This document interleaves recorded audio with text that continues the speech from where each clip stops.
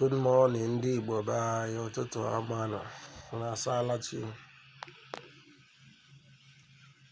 Anyị si nke onye chiri ya zere ụbọchị nke taa ga-amara anyị maka Chukwu oke abịa ma Chukwu bi n'igwe. Lisa bi n'elu ọgọdụ ya na-akpụ na anọpụta na ọ gbara ụfasais, ọ pụtara na o zuru mba ọnụ. Chekwaba anyị na ọpụ na mbata anyị, udo ga-achị. Biznes anyị ga-aga n'iru, ihe ọma ga-emeela anyị, ihe ọjọọ anyị ezute anyị. Ọ ga-adịla onye ukwu ma ọ dịla onye nta mma. Onye ọbụla arụ ọrụ ga-arụta ego, onye na-arụkwa n'ụlọ ọrụ ga-arụ nke ọma, ya na ọ ga-ama nwe nsogbu.